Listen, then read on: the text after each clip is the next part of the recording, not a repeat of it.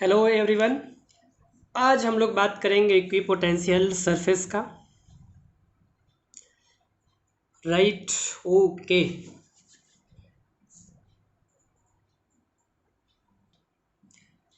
तो जैसा कि आप देख रहे हैं इक्विपोटेंशियल सरफेस नाम से ही क्लियर है। Equipotential, equi means equal, potential यानी कि ऐसा ऑब्जेक्ट जिसके एक पर्टिकुलर डिस्टेंस पर पोटेंशियल सेम हो। Means surface on which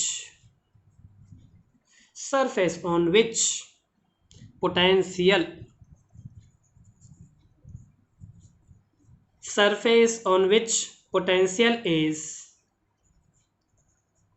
equal, या इसी को हम बोल सकते हैं सेम एवरीवेयर।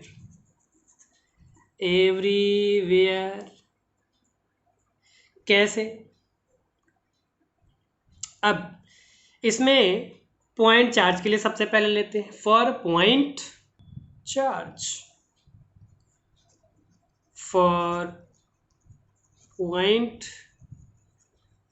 चार्ज, अब कोई यहाँ पे अगर पॉइंट चार्ज है, प्लस क्यू पॉइंट चार्ज,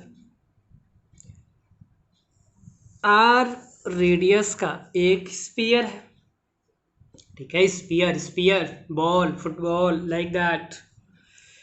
तो इसकी वजह से पोटेंशियल यहाँ पे क्या होगा, जो यहाँ पे होगा वही पोटेंशियल यहाँ पे भी होगा। अगर इसको 1 कहते हैं, इसको 2 कहते हैं, तो यहाँ भी पोटेंशियल वही होगा, बिकॉज आर डिस्टेंस पे भी है, यह भी है। यहाँ भी अगर ले तो यहाँ भी पोटेंशियल सेम होगा। यहाँ अगर लेते हैं तो यहाँ भी पोटेंशियल सेम होगा। यहाँ लेते हैं तो यहाँ भी पोटेंशियल सेम होगा। और पोटेंशियल क्या होगा, k q by capital R. Right. तो ये पांचों पॉइंट पे, यानी कि there are 5 points at which potential will be same. V1 is equal to V2 is equal to V3 is equal to V4 is equal to V5 is equal to KQ by R। तो हर जगह potential क्या हुआ, same हो गया। Sphere के surface पे कहीं भी अगर कोई पॉइंट लेते हैं तो पोटेंशियल क्या होगा, सेम होगा। ओके या तो क्या इस चार्ज से एक ही स्फीयर बनाया जा सकता? जी नहीं, यहाँ भी बनाया जा सकता, ऐसे भी बनाया जा सकता, फिर यहाँ भी हो सकता है।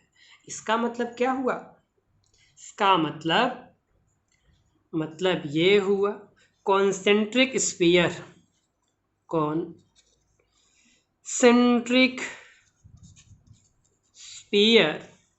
विथ charge as क्या, charge as cone of sphere are equipotential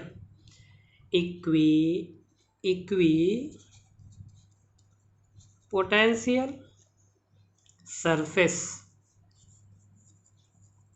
मतलब अगर कोई ये प्लस चार्ज है तो यहाँ पे एक स्फीयर बना दिया, तो यहाँ हर जगह सेम होगा।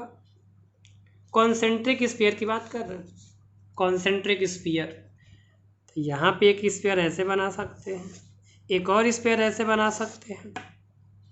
तो यहाँ सेंटर से जितना डिस्टेंस यहाँ है वही डिस्टेंस यहाँ भी है, वही डिस्टेंस यहाँ भी है, वही डिस्टेंस यहाँ भी है, वही डिस्टेंस यहाँ भी है।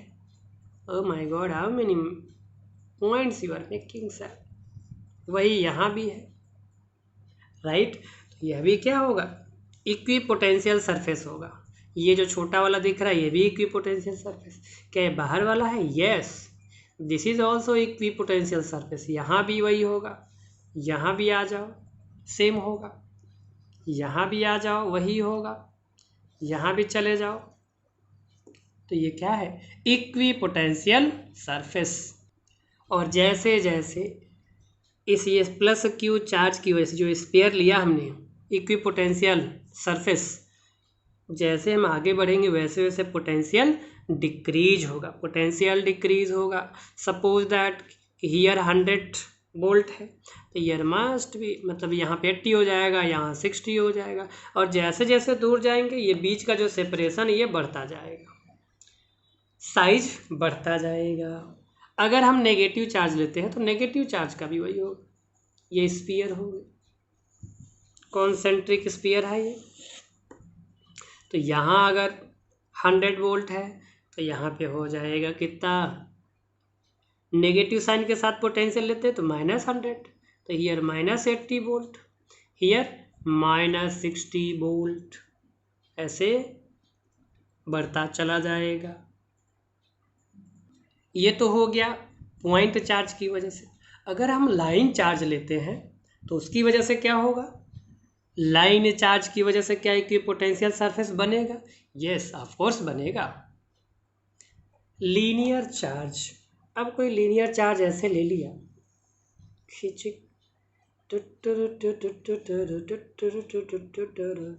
अब ये क्या है, लाइन चार्ज है मतलब लीनियर।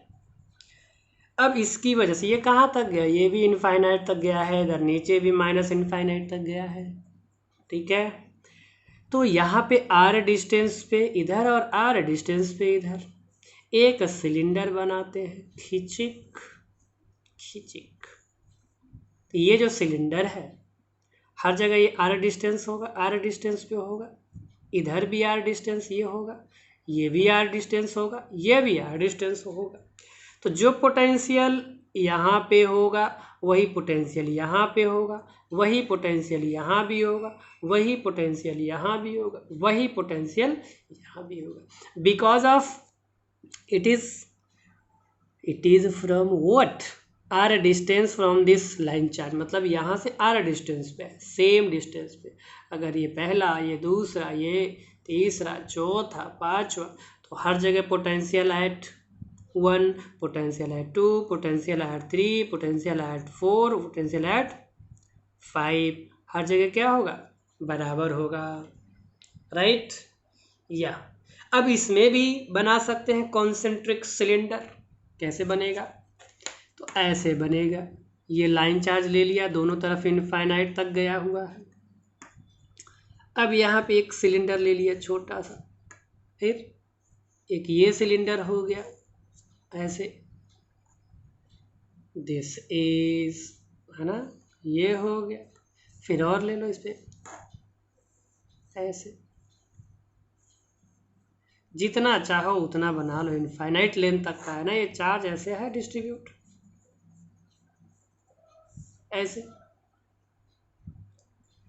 तो अब इसमें भी क्या होगा, जो पास में होगा तो पोटेंशियल यहाँ अधिक होगा, यहाँ अगर मान लो 40 है तो यहाँ हो जाएगा 30, यहाँ हो जाएगा 20, ऐसे क्या होगा, पोटेंशियल जैसे जैसे इस लीनियर चार्ज में दूर होगा वैसे वैसे पोटेंशियल कम होगा। अब इसकी प्रॉपर्टी देखते हैं, properties of equipotential surface, properties of equipotential surface. इसका पहला प्रॉपर्टीज ये है, the potential difference between any 2 points on equipotential surface is 0। The potential difference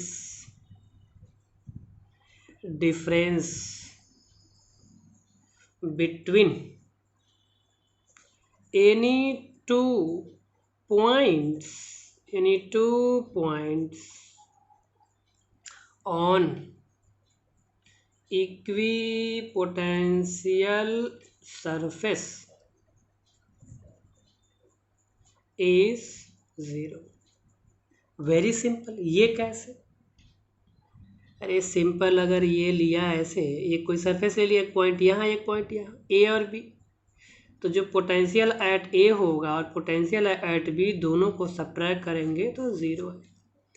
अब इस चीज़ को समझने के लिए इस डायग्राम में देखो, चलिए यहाँ देख लेते हैं। अब यहाँ से आर डिस्टेंस पे ये क्या है, equipotential surface, equi potential surface.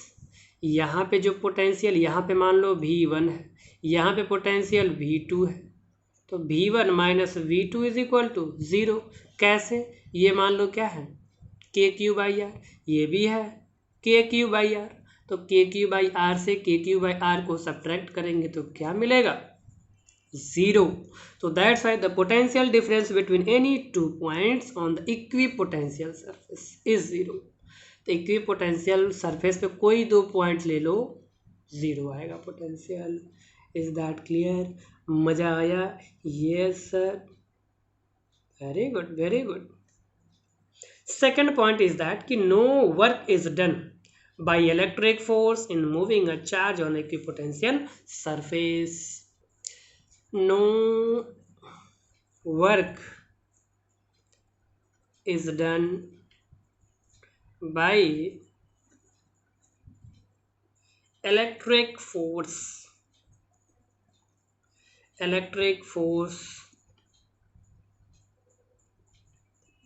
in moving a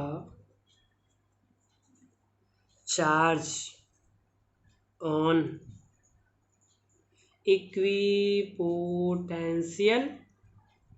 equipotential surface. मतलब क्या हुआ? इसका मतलब ये हुआ कि जो इक्विपोटेंशियल सरफेस पे जो फोर्स लगेगा, इलेक्ट्रोस्टैटिक फोर्स, उसकी वजह से कोई वर्क नहीं होगा, कोई वर्क नहीं होगा। इसका मतलब ये हो गया। ओके, तो इसका मतलब ये हुआ कि जो डायग्राम हमने बनाया था यहाँ पे, चलो फिर से बना लेते हैं। ये लाइन चार्ज है और ये है इक्विपोटेंशियल सरफेस सिलिंड्रिकल। तो यहाँ जो पॉइंट है, यहाँ जो पॉइंट, इस पे कोई चार्ज अगर है तो यहाँ पे कोई भी वर्क नहीं होगा। इसका मतलब ये हुआ work done by electrostatic force, by electrostatic force is equal to negative of work done by external agent. अब ये कैसे हो गया सर, कैसे हो गया? ठीक है, मैं बता रहा हूँ। अब हम लोग पहले लेक्चर में पढ़े थे क्या, ऐसे कुछ पढ़े थे। अगर मान लो यहाँ पे ये एक सरफेस इक्विपोटेंशियल एक सरफेस ले लिया, ऐसे एक पॉइंट यहाँ, एक पॉइंट यहाँ, ये ए है, ये बी है, ठीक। अब इस क्यू चार्ज को ए से बी पे ले जा रहे हैं। कहाँ से?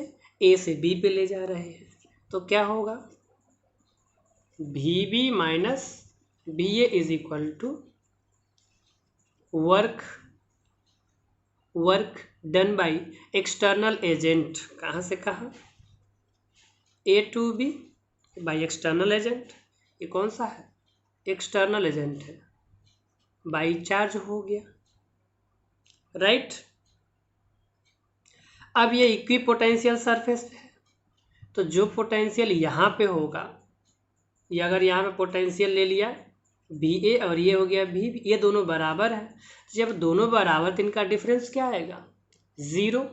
डिफरेंस हो गया 0, तो क्यू भी आके 0, यानी कि work done by external agent A to B 0 हो गया। अब एक्सटर्नल वर्क 0 हो गया, तो जब एक्सटर्नल वर्क 0 हो गया तो इलेक्ट्रोस्टैटिक भी 0 होगा, क्योंकि जो एक्सटर्नल वर्क करते हैं वो किसके अगेंस्ट करते हैं, ये करते हैं external work against the electrostatic force. और अगेंस्ट का मतलब ये माइनस, यानी कि अगर एक्सटर्नल जो work done by external agent है वो 0 है, तो इलेक्ट्रोस्टैटिक फोर्स भी क्या होगा, 0 होगा। इसका मतलब ये हुआ कि work done by electrostatic force is 0, right. तो वही यहाँ पे लिखा, no work is done by electric force in moving a charge on equipotential surface. Is that clear?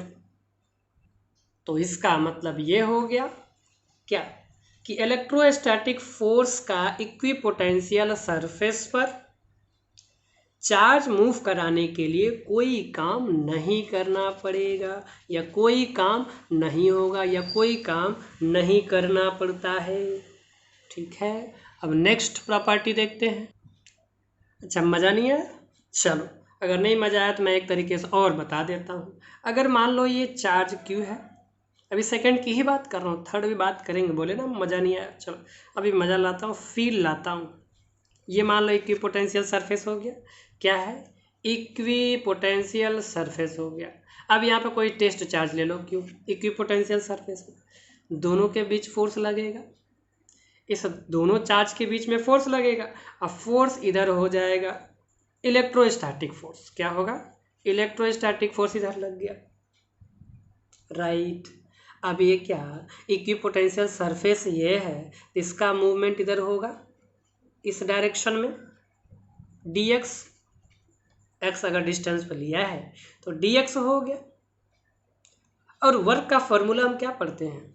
Force into perpendicular distance, force into, तो फोर्स इधर हो गया, displacement इधर हो गया, तो दोनों के बीच का एंगल 90 हो गया। तो क्या होगा? एफ डी एक्स कॉस 90, और कॉस 90 की वैल्यू 0, तो क्या हो गया? वर्क एक्सटर्नल 0, तो वर्क एक्सटर्नल 0 हो गया, तो इलेक्ट्रोस्टैटिक फोर्स भी क्या हो गया? 0 हो गया। अब फील आया? ओके, चलो थर्ड पॉइंट देखते हैं। इसमें क्या है कि direction of electric field is always perpendicular to the equipotential surface, यानी कि जो इलेक्ट्रिक फील्ड का डायरेक्शन होगा वो इक्विपोटेंशियल सरफेस से हमेशा 90 डिग्री पे होगा। Means the direction of electric field is always perpendicular to equipotential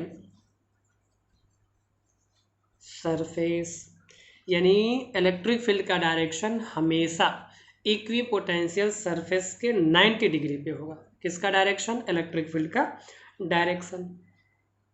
अब यहाँ पे बनाते हैं कि इक्विपोटेंशियल सरफेस, मान लो ये सरफेस हो गया। अब अगर पॉइंट यहाँ पे ए है, ये बी है, तो डिस्प्लेसमेंट अगर मान लो यहाँ डी आर है, तो इलेक्ट्रिक फील्ड क्या होगा? इसके परपेंडिकुलर होगा, राइट। क्योंकि ये फॉर्मूला तो पढ़ा है ना, पोटेंशियल का minus vector E vector D R, right. ये क्या होगा? E D R cos theta. कब? क्योंकि ये इक्विपोटेंशियल सरफेस है। इक्विपोटेंशियल अगर सरफेस है तो इसका पोटेंशियल 0 होगा, बिल्कुल सही, राइट। इक्विपोटेंशियल है तो इक्विपोटेंशियल सरफेस पे 2 पॉइंट हैं, तो क्या होगा? पोटेंशियल 0 होगा, दोनों का डिफरेंस 0 हो गया। अब हम जानते हैं जब दो वेक्टर हो और दोनों वेक्टर का डॉट प्रोडक्ट 0 आए तो इसका मतलब होता है E D R cos theta, यानी कॉस 90, तो थीटा की वैल्यू कितनी आ गई? 90, यानी कि product of two vector if that 0, मतलब अगर 0 है दो वेक्टर का डॉट प्रोडक्ट, तो उसमें आता है D R cos theta, theta की वैल्यू 90 होती है, तो यहाँ थीटा की वैल्यू 90 आ गई। इसका मतलब ये हुआ इलेक्ट्रिक फील्ड और डिस्प्लेसमेंट, यानी कि ये जो इक्विपोटेंशियल सरफेस है ये हो गया, और इसका इलेक्ट्रिक फील्ड का डायरेक्शन क्या है? दोनों एक दूसरे के परपेंडिकुलर। अब इसी को इस डायग्राम से समझते हैं। अब मान लो यहाँ कोई चार्ज है, पॉजिटिव चार्ज, इसके चारों तरफ मतलब स्फीयर है, कॉन्सेंट्रिक स्फीयर है, ऐसे हो गया। इलेक्ट्रिक फील्ड क्या होगा? ऐसे ही होगा ना, चारों तरफ अवे फ्रॉम द चार्ज होता है, अवे फ्रॉम द चार्ज हो गया। अब अगर मान लो यहाँ पे 100 वोल्ट है तो यहाँ 80 वोल्ट, यहाँ पे 60 वोल्ट, यानी कि जैसे जैसे दूर जाएंगे पोटेंशियल डिक्रीज करेगा। अब हम डायरेक्शन की बात कर रहे थे कि इक्विपोटेंशियल जो सरफेस है उससे इलेक्ट्रिक फील्ड का डायरेक्शन क्या होगा, 90 डिग्री पे परपेंडिकुलर।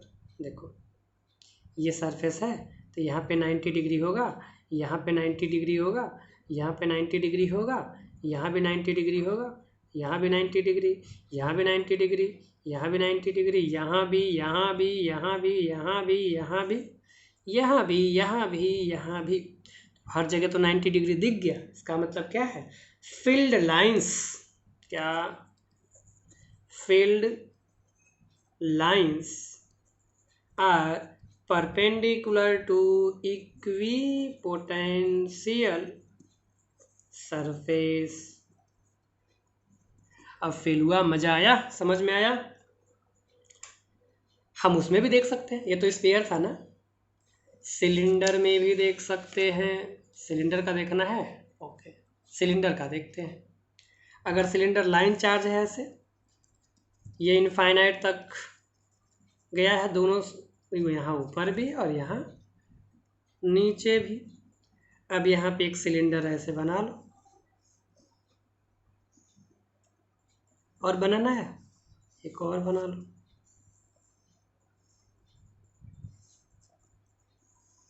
ऐसे। फील्ड लाइन से ऐसे होंगी, खिचिक खिचिक खिचिक तक देना दिन दिन देना दिन दिन देना, ऐसे होगा। इलेक्ट्रिक फील्ड होंगे ये, इलेक्ट्रिक फील्ड लाइंस। अब देखो इलेक्ट्रिक फील्ड लाइंस का सरफेस से 90 डिग्री है कि नहीं, बिल्कुल है सर, बिल्कुल है। मोजा आया, मोजा नहीं, मोजा आया सर, ये क्या होता है, अरे मोजा, देखो समझ में आया ना। यानी क्या हुआ, field lines are always perpendicular to, field lines are always perpendicular to equipotential surface. ठीक है, अब लास्ट पॉइंट देखते हैं, फोर्थ पॉइंट। इसमें क्या है, इसमें ये कह रहा है कि टू इक्विपोटेंशियल सरफेस, क्या, two equipotential surface can never intersect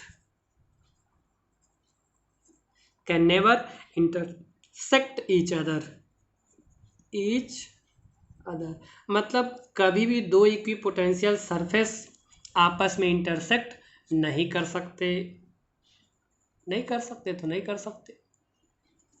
कैसे, अगर मान लो, चलो इसको हम देखते हैं, अभी फील आ जाएगा, अभी मजा आएगा, समझ में आ जाएगा। आई मीन ये देखो, एक ये इक्विपोटेंशियल सरफेस और एक ये इक्विपोटेंशियल सरफेस। अभी थर्ड वाले में हमने क्या कहा, इक्विपोटेंशियल सरफेस के परपेंडिकुलर इलेक्ट्रिक फील्ड लाइंस होती हैं। तो अब इसको पहला कह दो, इसको दूसरा कह दो, तो ये जो दिख रहा है इक्विपोटेंशियल सरफेस, इसके परपेंडिकुलर होगा इलेक्ट्रिक फील्ड लाइंस E1, और इस सेकंड, ये जो सेकंड दिख रहा है इक्विपोटेंशियल सरफेस, इसके परपेंडिकुलर इधर होगा electric field lines E2, right. अगर ये दोनों आपस में इंटरसेक्ट कर रही हैं, इसका मतलब दो डायरेक्शन मिलेगा इलेक्ट्रिक फील्ड का, जो असंभव है, इम्पॉसिबल है, ऐसा नहीं होगा। इसका मतलब क्या हुआ, means two equipotential surface never intersect each other. तो इसका मतलब क्या हुआ, if they do so at the point of intersection, there will be two direction, there will be two direction of electric field, which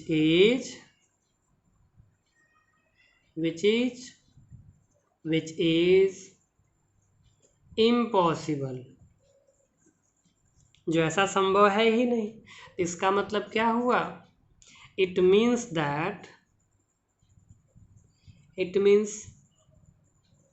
to equipotential never intersect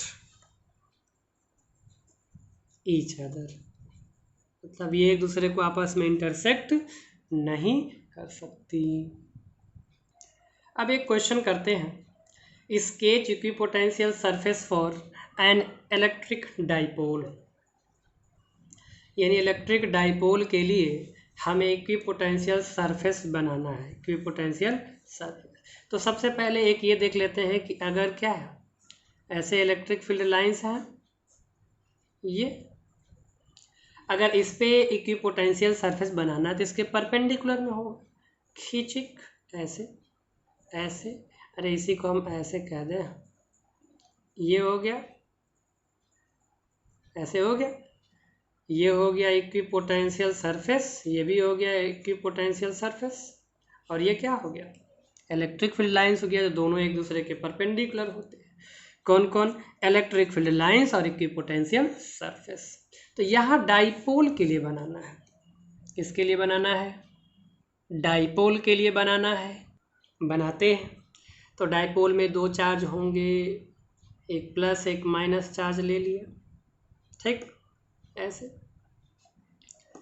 ये plus charge है, ये negative charge, dipole है। तो electric field lines कैसे होंगे? Positive to negative, ऐसे ऐसे ऐसे होंगे, कहीं भी आपस में एक दूसरे को इंटरसेक्ट नहीं करती हैं, ऐसे नेगेटिव की तरफ, ऐसे नेगेटिव की तरफ, फिर पॉजिटिव से ऐसे निकलती हैं, खींचिक खींचिक, ऐसे निकल रहा है, ऐसे ऐसे निकल के नेगेटिव की तरफ जाती है। तो यहाँ बनाएंगे हम कैसे, ये रहा, ऐसे हो गया इक्विपोटेंशियल सरफेस, फिर आगे बढ़ेंगे ऐसे होगा, फिर आगे बढ़ेंगे तो ऐसे इक्विपोटेंशियल सरफेस होगा, इधर भी ऐसे ही। तो अब ऐसे ऐसे ऐसे ऐसे इक्विपोटेंशियल सरफेस हो गया, इधर भी ऐसे ही होगा, ऐसे इक्विपोटेंशियल सरफेस हो गया, ठीक है। तो ये हो गया क्या, equipotential surface for an electric dipole. अब इसके बाद हम लोग अगले लेक्चर में बात करेंगे इलेक्ट्रोस्टैटिक पोटेंशियल एनर्जी की, ठीक है, डिटेल में। तब तक अपना बहुत ख्याल रखें, पढ़ाई करते रहें। All the very best.